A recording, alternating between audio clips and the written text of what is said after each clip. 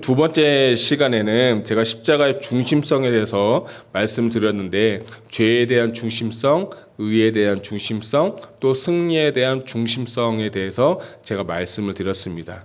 다 기억하고 계시죠? 다 기억하는 줄 믿습니다. 자, 세 번째는요, 지난주 설교는 이제 좁은 문으로 들어가라. 좁은 문을 갈 것이냐, 넓은 문을 갈 거냐라고 하면서, 우리가 좁은 문에 들어갈 때는 어떤 형태였냐면 명령형이다라고 해서 들어가도 되고 들어가도 안 되고 하는 그 차원의 문제가 아니라, 주님께서 십자가를 경험한 사람은 반드시 십자가를 들어가야 된다, 안 된다? 들어가야 한다. 반드시 가는 거예요. 여러분이 예수님 믿고 여러분이 교회를 다니는 사람은 누구나 다 어떤 길을 가야 되냐? 십자가의 길, 좁은 문, 좁은 길로 가셔야 돼요. 그 길은 좁고 협착하고 사람도 적지만, 주님이 여러분에게 생명의 말씀, 우리 조회, 그리고 그 조회를 주시기 위해서 십자가를 주셨다고 말씀드렸는데, 지난주까지 이렇게 세 가지의 시리즈에 대해서 말씀을 나눴습니다. 자, 오늘은 네 번째인데, 네 번째는 어떤 말씀을 전할까 하다가 제가 이 세계관이라는 단어에 좀 이렇게 포커스가 되게 됐어요. 이 세계관이나 뭘까 보니까 국어 사전적 정의가 뭐냐면, 자연과 인간, 사회, 역사, 인생에 대해 가지는 총체적이고 근본적인 관점이나 사고 체계, 라고 하는 것이 바로 국어의 세계관이라는 거예요. 또 철학적인 의미는 세계 전체에 대한 통일된 이해와 해석의 틀이다 라는 것이 세계관이에요. 쉽게 표현하면, 여러분이 길을 가다 보면 선글라스를 끼시죠. 이제 운전하시면 그건 무슨 색깔로 보이죠? 검은색을 썼으면 검은색을 보이고, 여러분이 빨간 렌즈를 꼈으면 무슨 색으로 보이죠? 빨간 렌즈를 보이죠. 이게 쉽게 표현해서 우리가 보는 세계관, 렌즈라는 거예요. 그러니까 내가 어떤 세계관으로 세상을 보고 삶을 보고, 오늘 여기 국어적인 사전적 저기 보면 사회, 역사, 그 모든 나의 삶의 영역 가운데 어떠한 렌즈를 갖고 보느냐가, 그것이 무엇이다? 세계관이다라는 거예요. 그러니까 우리가 지금까지는 예수님 믿기 전에 있는 세계관하고 예수님 믿고 난 후의 세계관은 반드시 어떻게 되냐? 달라져야 된다는 거예요. 그러니까 십자가를 경험한 사람들, 아까 제가 서두에 세 가지에 대해서 말씀을 드렸는데, 세 가지를 경험하신 후에 삶의 변화가 반드시 일어나야 되는데, 어떠한 변화, 세계관의 변화가 반드시 일어나게 되어야 한다는 거예요. 예수 믿기 전과 예수 믿고 난 후에 삶의 변화, 생각의 변화, 마음의 변화, 이 모든 총체적인 것들이 어떻게 되냐? 변화가 일어날 때, 그때서야 비로소 내가 십자가를 경험한 사람이 될 수가 있다는 것입니다. 그래서 저는 여러분들이 세계관의 변화가 여러분 가운데 있기를 주님의 이름으로 축복합니다. 첫 번째는 따라합시다. 마음의 변화. 우리 로마서 12장 2절 말씀 같이 한번 읽도록 하겠습니다. 시작. 너희는 이 세대를 본받지 말고 오직 마음을 새롭게 함으로 변화를 받아 하나님의 선하시고 기뻐하시고 온전하신 뜻이 무엇인지 분별하도록 하라. 아멘. 자, 여기 바울이 이제 로마서에 쓴 책인데요. 여러분, 바울 서신 나중에 제가 좀 나누겠지만, 바울이 쓴 서신서는 재밌는 독특한 구조가 있어요. 그게 뭐냐면, 전반부는 교리편이에요. 쉽게 표현하면 이렇게 살아야 된다라고 하는 교리적인 부분이 있고, 하반부는 뭐냐면 이 실생활에서 어떻게 살 것인가라고 하는 것이 바로 이 하반부에 나와 있는 거예요. 나중에 바울 서신 읽을 때 분리해서 보시면 좋아요. 자, 로마서 같은 경우는 1장부터 7장까지는 1장부터 8장까지는 교리편이에요. 9장, 10장, 11장은 이스라엘의 전도에 관한 포커스고, 그래서 9장, 10장, 11장을 빼고 1장부터 8장을 읽은 다음에 넘겨서 12장에 가서 생활편이라고 말씀드렸죠. 이 생활편에 가서 말씀하는 것이 뭐냐면, 1절에 보면 너희가 하나님 앞에 영적인 예배 생활에 대해서 말씀을 드린 후에, 그 다음에 2절에 가서 뭐라고 말씀하냐면, 너희는 이 세대를 본받지 말고 마음을 새롭게 함으로 변화를 받아 라는 로서 로마서 교인들이 너희가 이제 예배 생활과 세계관의 변화, 마음의 변화를 반드시 일으켜야 된다는 것을 가르쳐주고 있는 것이 바로 로마서 12장 2절의 말씀이에요. 특별히 변화라는 단어를 포커스를 한다면 변화라는 단어는 헬라어로는 메타몰포시스라고 하는데 원어적으로 보면 메타몰포 푸스테라고 하는데 여기서 말하는 변화는 뭐냐면 이 변화는 여러분 영어로 하면 change라는 단어가 있잖아요. 근데 그 change가 아니라 여기서 말하는 몰포시스의 그 변화는 뭐냐면 트랜스포메이션이 되는 거예요. 자, 제가 드리고 이해하기 쉽게 자, 여러분 나비 아시죠? 나비 아시죠? 나비가 되려면 나비가 되기 전에 뭐가 되냐면 애벌레에서 살고 있어야 돼요. 애벌레가 돼서 그것이 부화되고 또 부화돼서 나비가 되는 거예요. 그건 뭐냐면 나비하고 애벌레는 같아요, 틀려요? 당연히 틀리죠. 애벌레는 그냥 그 애벌레일 뿐이에요. 근데 그 날 수도 없고 그냥 어떠한 공간에서 차지하고 있는 애벌레인데 그가 나비가 되어서 변화가 되는 걸 그때 쓰는 표현어가 뭐냐면 메타몰포시스라고 하는 거예요.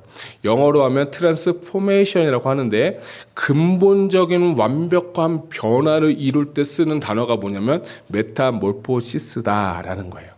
그러니까 내가 변화를 받았는데 내 생활의 마음의 변화를 일으켜서 내가 마음을 새롭게 함으로 변화를 받는다는 거예요.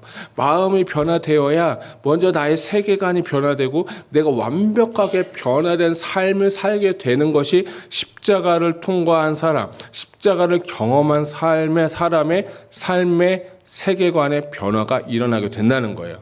그러니까 예전처럼 사는 것이 아니라 완벽한 변화의 삶을 살고 가는 것이 세계관의 변화고 그것이 마음의 변화다라는 거예요. 시작은 뭐냐? 마음의 변화로부터 시작이 되는 거예요.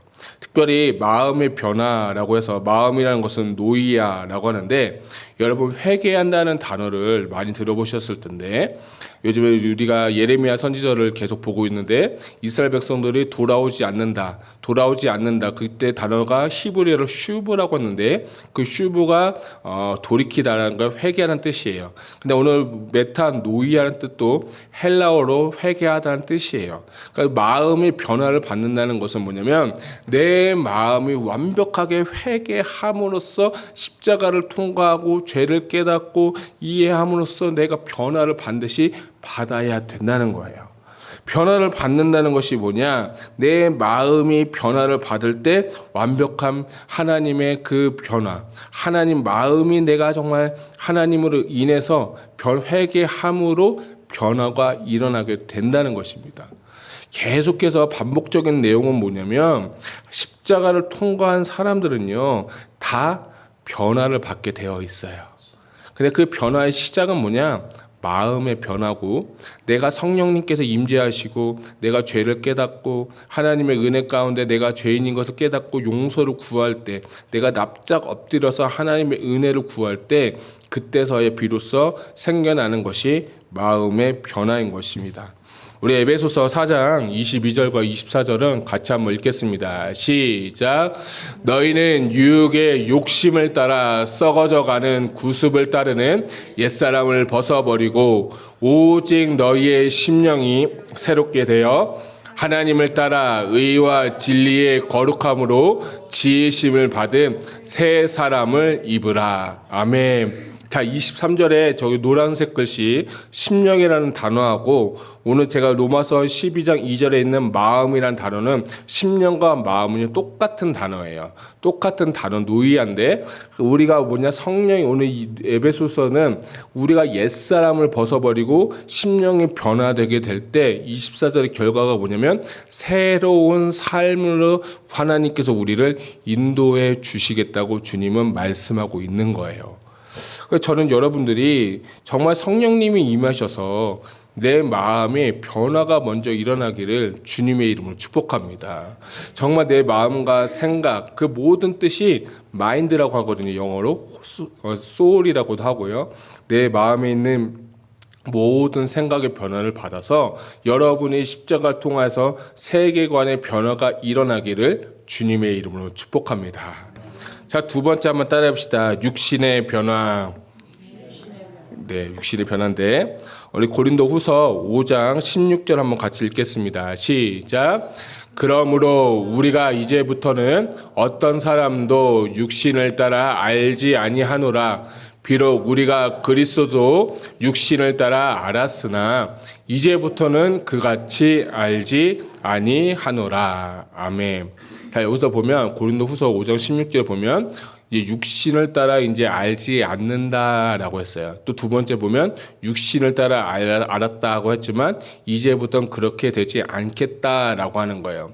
고린도후서에서는 이렇게 먼저 마음의 변화가 있은 후에 육신의 변화가 일어나게 되는데 이 육신이라는 것은 뭐냐면 내 삶을 움직이는 작동 원리, 원칙을 말하는 거예요. 그러니까 여러분 컴퓨터를 쓰시죠. 요즘 스마트폰을 쓰시는데 엔드로이드는 죄송해요. 스마트폰이에요. 삼성폰을 많이 쓰시는데 삼성폰은 그 작동 그 OS 오퍼레이팅 시스템이 엔드로이드라는 시스템에 의해서 이 삼성폰이 움직이게 되어 있어요. 또 아이폰은 iOS라고 독자 개발한 오퍼레이팅 시스템에 의해서 이게 돌아가게 되어 있어요. 그리고 이 컴퓨터 같은 것도 우리가 잘 들어보셨을 거예요. 윈도우 들어보셨죠? 윈도우도 돌아가는 시스템을 말하는 거예요. 저는 이제 맥을 쓰는 맥은 맥 OS라고 따로 있어요. 각 사람마다 그 삶을 움직이는 작동 원리, 원칙, 그 방법이 다 다르다는 거예요.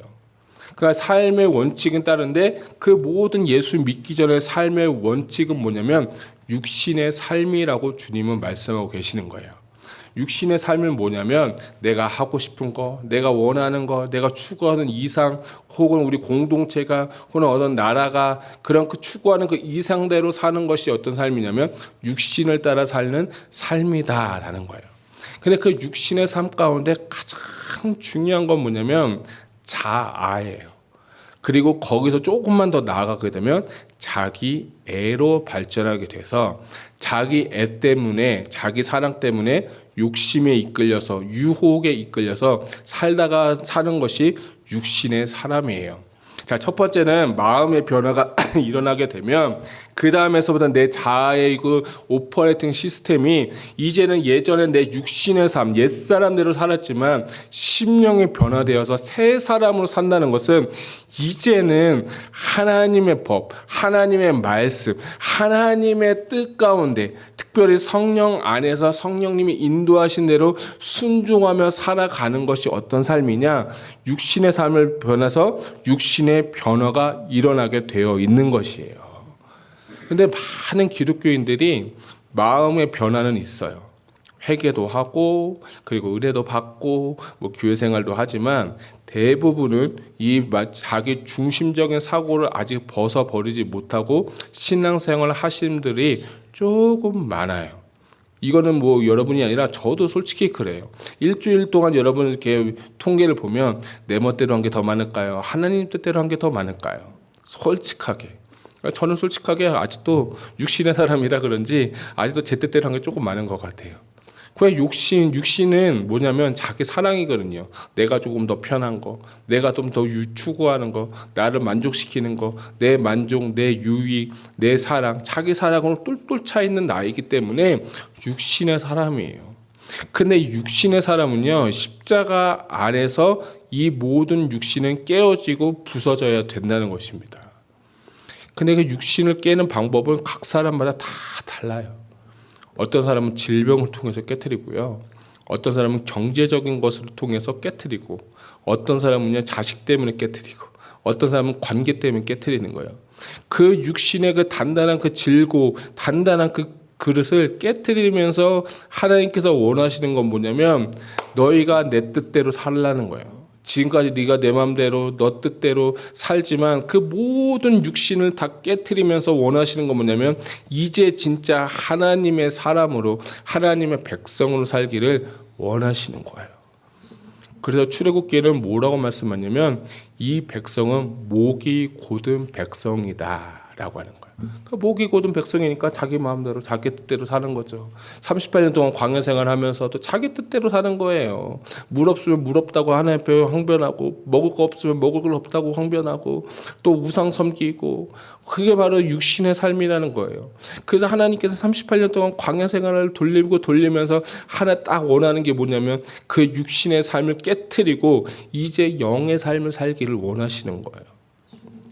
육신과 영은, 육신과 성령은요 정반대예요. 선택은요 여러분이 하는 거예요. 이건 누가 시켜서 하는 것도 아니고요. 여러분이 내가 성령을 쫓을 건지 아니면 육신의 삶을 살 건지, 이 내 마음과 내 소욕대로 살 것인지는 여러분들의 판단과 여러분의 결심이 따라 다른 거예요. 바라옵기는 우리 모두가 성령 안에서 하나님과 함께하고 은혜 받고 동행하는 저와 여러분 되시기를 주님의 이름으로 축복합니다.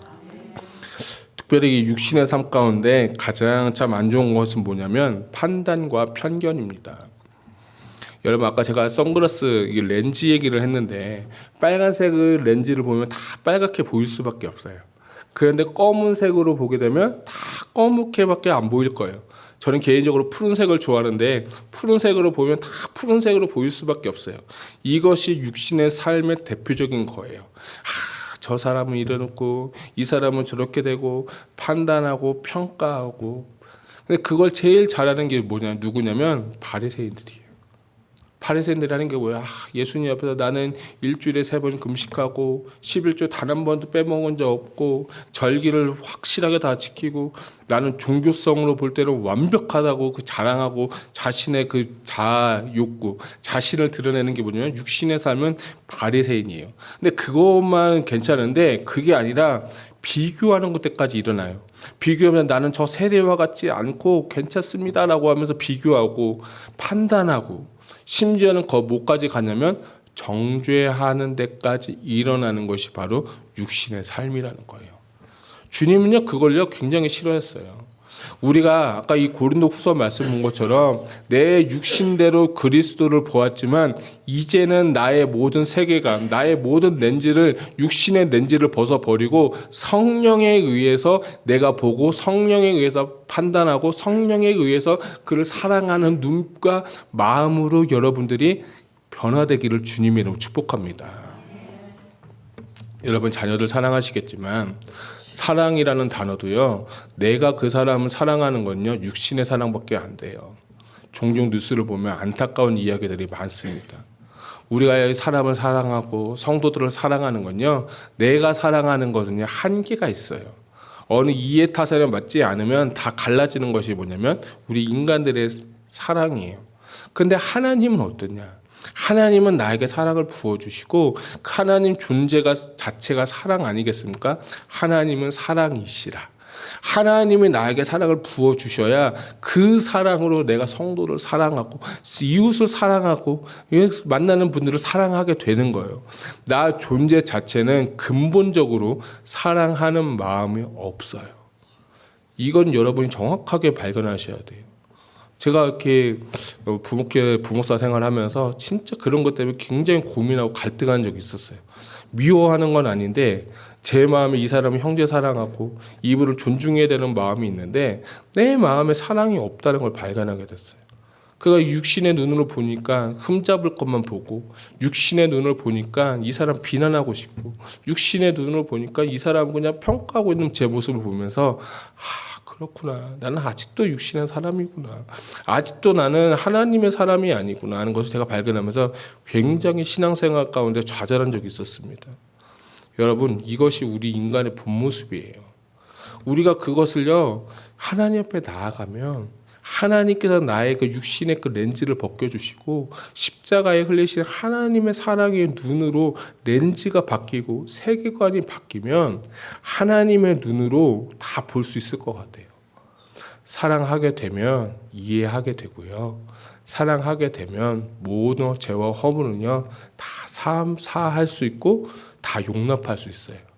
왜냐? 주님이 우리를 먼저 사랑하셨기 때문에 아들 예수 그리스도를 보내시고 십자가 달려 죽으시고 그분의 사랑을 확증하시면서까지 우리에게 사랑의 표범을 보여주셨다면 우리도 주님처럼 사랑할 수 있는 그런 마음, 그런 육신의 눈으로 보는 것이 아니라 주님의 눈으로 상대방을, 세상을, 여러분이 있는 이웃들에게 그런 눈으로 볼 수 있는 세계관의 변화, 육신의 변화가 여러분 가운데 있기를 주님의 이름으로 축복합니다. 세 번째는 삶의 변화입니다. 한번 따라해 볼까요? 삶의 변화. 고린도후서 5장 17절과 18절은 같이 한번 읽어보겠습니다. 시작. 그런즉 누구든지 그리스도 안에 있으면 새로운 피조물이라. 이전 것은 지나갔으니 보라 새 것이 되었도다. 모든 것이 하나님께로부터 났으며 그가 그리스도로 말미암아 우리를 자기와 화목하게 하시고 또 우리에게 화목하게 하는 직분을 주셨으니. 아멘. 이 고린도 후서는 십자가를 경험한 사람들의 삶의 표본, 삶의 본에 대해서 많이 나오고 있어요. 오늘 여기 보니까 그리스도의 사신이라고도 했고 또 우리는 그리스도의 편지다라고도 하면서 삶의 변화에 대해서 이야기를 하고 있어요. 아까 첫 번째는 우리가 생각의 변화, 마음의 변화라고 했고 두 번째는 우리가 육신의 변화를 하면 이제 이 두 가지가 이루어진 삶의 그 모델, 이 두 가지의 변화가 일어난 삶이 완벽하게 외적으로도 변화가 되어 있는 거예요. 그래서 오늘 주님께서 오늘 말씀하시는 건 너희가 그리스도의 사신이 되었다는 거예요. 17절 보면 누구든지 그리스도 안에 있으면 새로운 피조물이라고 했어요. 그러니까 예수님 믿고 성령 받은 사람은 세계관이 변해서 뉴 크리에이션, 새로운 피조물로서의 삶을 사는 것이 기독교인의 정체성이라는 거예요. 근데 아직도 똑같고 한 발은 세상에, 한 발은 교회에, 아직도 그 정체성이 변화되지 않는 사람들은 아직은 성령 안에서 죄송하지만 새로운 피조물이 되지 못한 거예요. 십자가를 경험한 사람은, 십자가를 체험한 사람은 반드시 변화가 일어나게 되어 있어요. 이거는 내가 변화해야지, 이건 내가 바꿔야지 하게 된 것이 아니라 성령님이 임하면 내 안에 내 삶 자체가 라이프 스타일이 완벽하게 아까 말씀드린 것처럼 트랜스포메이션, 변화가 되어 있는 거예요. 그 예수님 믿는 사람은 저 사람 예수님 믿는 것 같다라는 그런 믿음이, 그런 삶이 새로운 피조물로서 나타나게 되는 거예요. 그런데 저는 이 18절 말씀을 보니까 하나님께부터 났는데 그리스도로 말미암아 우리를 자기와 화목하게 하시고 또 우리에게 뭐냐면 화목하게 하는 직분을 주셨다라는 제목의 말씀에 저는 참 포커스가 났어요. 뭐냐, 예수님께서 먼저 우리에게 본을 보여주신 건 뭐냐면 인간과 하나님 사이에 막힌 담이 있었어요. 아무리 정말 이 죄 때문에, 이것 때문에 관계하고 만날 수 없었던 큰 죄가 반복되고 싸우고 있었던 그 상황 가운데 예수님께서 십자가를 통과하심으로 하나님과 우리 사이가 화목하게 되는 역사가 예수님으로부터 이미 일어나게 된 거예요. 그래서 화목하게 됐는데 예수님께서 하나님과 인간 사이를 화목하게 하신 것처럼 너희도 각 사람마다, 네가 만나는 분들마다 뭐하라? 화목하게 하라는 거예요. 내가 가는 곳마다 평화를 전하고, 내가 가는 곳마다 정말 문제가 있는 곳에 평화가 있는 거, 화목하게 하라는 거예요. 뿐만 아니라 육신적인 그 화목이 아니라 영적인 화목인 죄사함의 은혜, 십자가의 길로 가서 그 사람과 같이 예배하면서 기독교적인 삶을 살라는 것이 뭐냐면 삶의 변화가 일어나게 되는 거예요. 세계관의 변화는요, 단순한 변화가 아니에요. 세계관의 변화는 내 생각이 변하고 마음이 변하고 육신이 변하니까 내 삶 자체가 이미 그리스도인이 되어 있는 것이에요. 새로운 피조물이 되어 있는 것이에요. 이것이 바로 십자가를 통과한 삶의 라이프 스타일인 것이에요. 예수님께서 산상수훈에서 이런 말씀하셨어요. 복이 있는 자가 있는데 어떤 사람이냐, 화평케 하는 자가 복이 있나니 그가 하나님의 아들이다 라고 했어요. 저는 또 이렇게 표현하고 있어요. 저는 여잔데요, 딸이었는데 어떻게 하면, 여러분, 우리는 화목하게 하는 사람 자체가 다 하나님의 자녀라는 거예요. 여러분이 있는 공동체에서, 여러분이 있는 그 삶의 위치에서 나를 통해서 지금 화목이 일어나고 있습니까? 나를 통해서 그 공동체가 지금 살아나고 있습니까? 여러분 이거 잘 반성하고 평가하셔야 되는 거예요. 우리가 예수님이 잘 믿는다는 건 뭐냐면 나도 구원받지만 나를 통해서 화목하게 하는 직분을 통해서 하나님의 나라는 반드시 확장되어져야 하는 것이기 때문입니다. 저는 여러분의 삶을 통해서 하나님과의 그 관계 가운데 화목해야 되는 은혜가 있기를 주님의 이름으로 축복합니다. 20절은 제가 읽어드릴게요. 그러므로 우리가 그리스도를 대신하여 사신이 되어서 하나님이 우리를 통해서 너희를 권면하시는 것과 같이 그리스도를 대신하여 간청하노니 너희는 하나님과 화목하라 라고 했어요. 야, 저는 이 말씀이 너무 충격적이었어요. 하나님께서 우리에게 권면하시는 거예요. 뭐라고 하냐? 하나님과 화목하고 이웃과 화목하고 평화를 구하고 하나 되라는 거예요. 저는 이 말씀이 정말 너무 은혜가 됐어요. 이 말씀이 진짜 이번 주에 말씀 묵상하면서 십자가의 삶이 이런 거구나 하는 것을 제가 반성하며 돌아보게 됐어요. 과연 나는 가는 곳곳마다 화목해야 하고 화평케 하는 자인가? 나는 혹시 가서 상처를 주고 그 공동체를 깨트리고 그 사람 때문에 마음을 아프게 하는 자가 아닐까? 말로써 행동으로써 생활의 모든 라이프 스타일을 통해서 이런 것을 통해서 우리가 그렇게 되지 않을까? 좀 점검해보는 시간이 되었어요. 여러분, 전 여러분들이 먼저는 하나님과 화목하고 그 다음에 여러분의 이웃들과 모두가 다 화목해야 되는 역사가 일어나기를 축복합니다. 예수님 말씀에 이런 말씀이 있어요.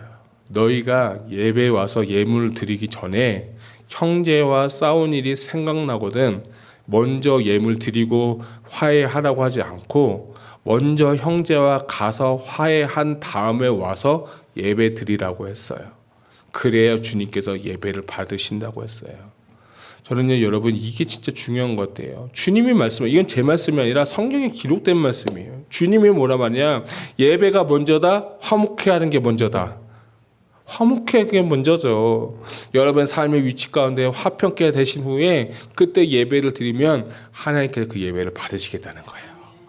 전 여러분의 그런 삶을 사셨으면 좋겠어요. 예수님 믿는다는 거는요, 삶의 변화돼서 예수님 같이 예수님처럼 예수님 그 발자취를 따라가는 그 사람이 우리의 모습 아니겠습니까? 여러분들 정말 오늘 이 십자가의 그 도에서 세계관의 변화, 마음의 변화, 육신의 변화, 여러분 삶의 모든 것이 변화되어서 하나님께 영광 돌리는 귀한 성도님들 되시기를 주님의 이름으로 축복합니다. 우리 한번